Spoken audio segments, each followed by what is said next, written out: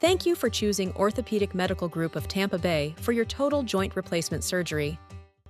After surgery, you will walk with our therapy team within a few hours of the procedure.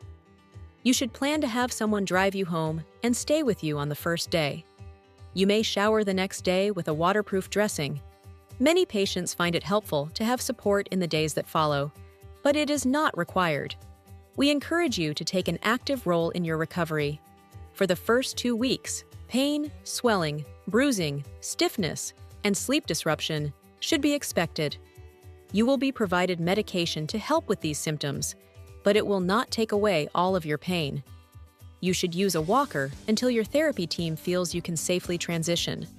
Driving is only safe once you're comfortable, off narcotics, and are no longer using the walker.